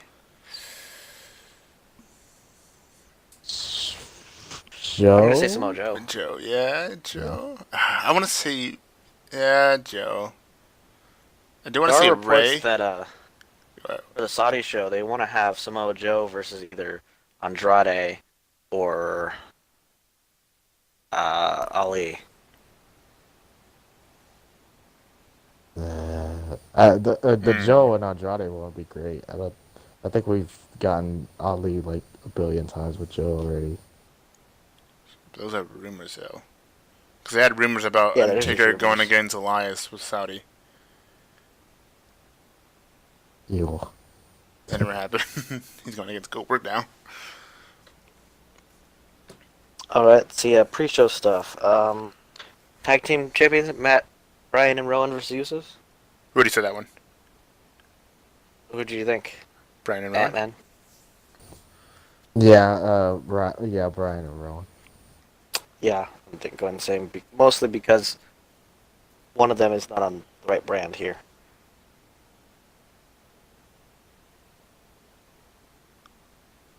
Tony Nese Davari. I don't know if either of you have a stake in this. We said that too. What did we say? I think we said Tony Nese. Well, you I said- think. You said who are they going against? Shit. You never said who you wanted to win. Whoever. just throw a damn coin in the air.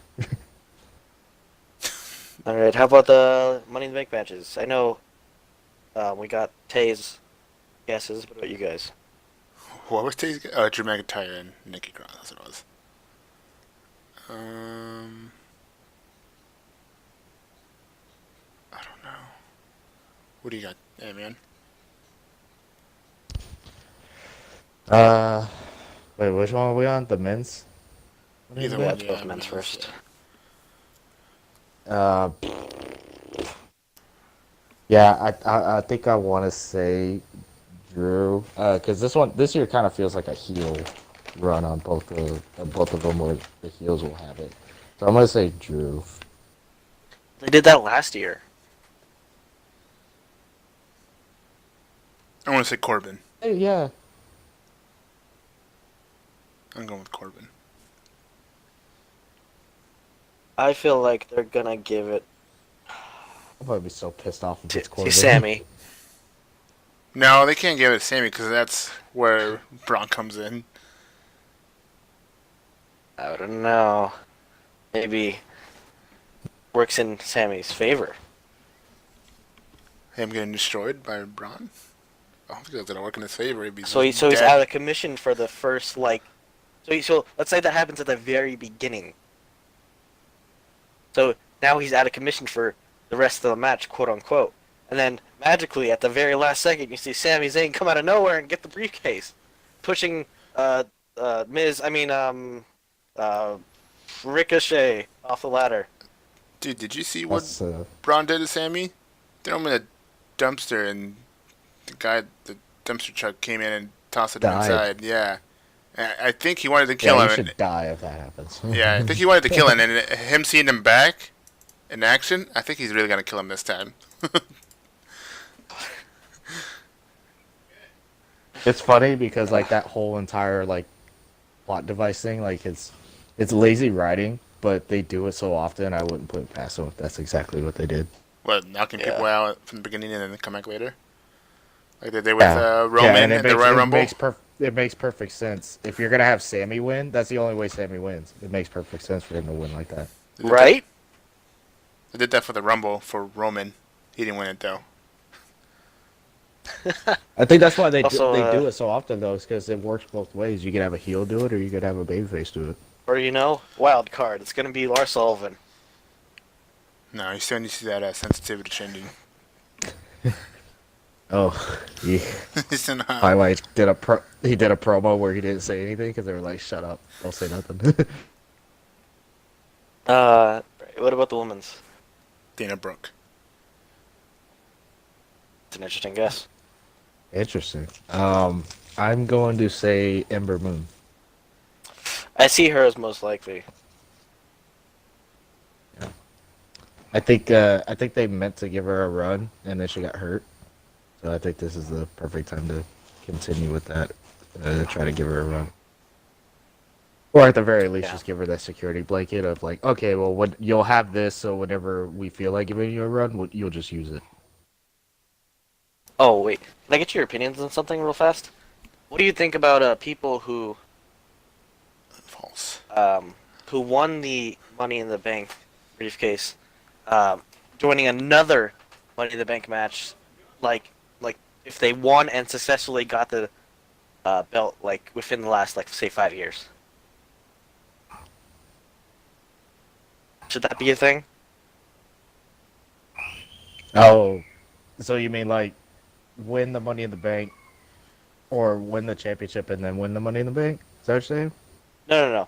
So they've won the Money in the Bank previously, used it to get the championship, and then they lost it sometime during that year, and now they're in the next Money in the Bank. That's fine. Didn't CM Punk do that? Yeah. He won it twice in a row. I don't know. I feel like the Money in the Banks is literally the reason for mid-carders to have an opportunity to get the title. Yeah, CM Punk. That's exactly what it's for. It's just they rarely CM ever Punk? book it that way. He was a mid card. He wasn't a main Both eventer. times. Both Yeah. years that Punk won it, he was a mid carder. Even when he won the belt, he was still mid carder.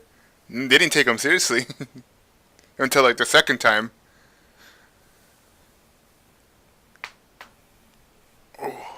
Yeah, the second time he won it and cashed it in, he was the straight edge society. Yeah. Because I was really confused when they first announced the original lineup for the women's ladder match. Why? Well, Alexa Bliss. You have both previous winners in the match. Carmella too. At least we're not getting Yeah. two of them. I think And then in the I think men's with the match, women's- they had Braun in it. They had Braun in it too. I mean, even though he's unsuccessfully cashed in. Yeah, I was gonna say with the women's that I was gonna give them a little bit of credit because it seems like the roster's kind of limited, or at least on the Raw side. But yeah, you're right. With the men's, it kind of really doesn't make any sense because you're just throwing in. But I mean, the rosters are still stacked. So I don't know. Who else would you put in there that would make a good match out of the Money in the Bank? Would you put Mojo Rawley? See, I would have put for the men's. Yeah. I mean, everyone who's in it now hasn't won in the last 5 years. I know, but Besides Corbin, I think, but he cash in unsuccessfully. Yeah. Then some with Braun, but The women's one, like as soon as I saw that they put Dana in there, to me, the moment I saw her in there was they were trying to catch lightning in a bottle twice with the Kofi Kingston thing, where you just throw in just a completely random underdog. You give like a little bit of the breadcrumbs of the underdog storytelling and hoping that the crowd just like 100% gets behind her. Kind of like with Kofi. Like, remember when Ali got hurt and they announced Kofi in there? Like they just subtly did it, and then they had the gauntlet match thing, and he took off after that. So I'm kind of thinking that they missed their opportunity this last few weeks to give Push Dana Dana, something yeah. for us to get behind her, and they didn't do anything. So I was like, okay, so all right, you're just hoping that we actually show up on Sunday, just wanting to root for Dana. you know what? I want Nikki Cross to win now, just because she took Alexa Bliss's spot. Yeah, I want her to win too. Changed my mind. Mostly because she's a good wrestler. She's actually exciting to watch. Yeah. Like some people. So either Nikki Cross or Ember Moon, I'll be happy with.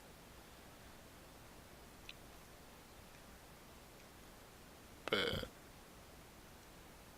yeah, I'll stick with that. Corbin men's, Nikki Cross women's, or Ember. Ew. You know they Corbin give it a would not win Corbin. that match. You know they give it a Corbin. You know they gotta set up a match with him taking the belt away from Seth. Wait, Really? are they? Yeah. I will quit the podcast if Corbin wins. So if someone from Raw wins the winning the bank, they can only cash in for that main title, right? In their brand. Well, what if they just show up Not on because necessarily. they're a wild card? The contract just says. I mean, that's weird. The That's how weird it was thing before. is, they repeatedly said that the contract is for any championship, but then you hear Michael Cole saying he has to use it for his brand's championship. Yeah, that's why I was asking him. Like, I don't know what's the deal with that, because before we had two separate Money in the Banks for the men's and women's. So I got that. Yeah, because it's painfully obvious too with that stupid rule that you could have the Money in the Bank guy just randomly show up, run into the ring.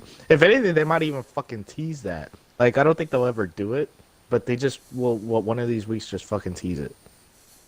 I wouldn't be surprised. I mean, that's the whole point of having it. Yeah. Yeah. I honestly just want to see someone use it on like a mid card title. I think the contracts might just say the main event title. But they say any title. I need someone to give me the contract right now. We need to go over it. What does it say? It actually says something I just like assumed. it says blah blah blah blah blah blah. Hereby challenge blah blah blah blah blah. And then it's just like a bunch of little nonsense. They've actually have like copies of the stuff they put on there. Do you get a copy when you get It's pretty funny. the replica? When you buy it at the store? I don't know. I wonder Or actually. is it just a briefcase? Huh. Probably just a briefcase. Does it have the wrong date on it like it did on one of those contract signings that they did? Oh, did you see that Charlotte signed the... Oh, you guys didn't see Raw, but Charlotte signed the wrong contract. Did she really? I think she signed Lacey Evans by accident. Oh my god. It's just funny. Well, it's null and void. Becky's got no SmackDown Championship match. Some of that shit happened to you. I forgot. That was funny, though.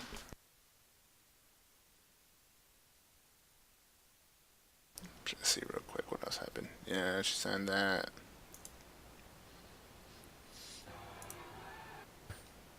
I think that's about it. Yeah. I think we're good, you guys. What about? We good? That's all our predictions? That's all I have. That's all I have, too. I think so, yeah. How do I sign this podcast out? I'm checking if Omega contacted me. No contact from Omega. Alright. We Well. miss you, Omega. Miss you, man. R.I.P. One day we'll see him again with the New Japan report. I think he told me he wants to give his report on Double or Nothing. But we'll see. We'll see. An Omega report. Well, that was the Can't wait. Botched Finish Podcast. You know, each and every week we gather around, except for last week we didn't gather around because last week was just terrible. But we gathered around this Xbox Live party bringing you all the wrestling news, opinions, and stuff like that. Follow us on YouTube at bit.ly/botchedfinishyt. Also follow us on Twitter, twitter.com/botchedfinish, no ED at end of botched. And at Twitch, we'll use it again sometime at twitch.tv/botchedfinish. We'll use it again, don't worry. Every month. Eventually. One of these days. Next year's WrestleMania. Next year. Yeah, that seems better. Alright, guys, that's it. That's our show. You've been botched. This man should retire.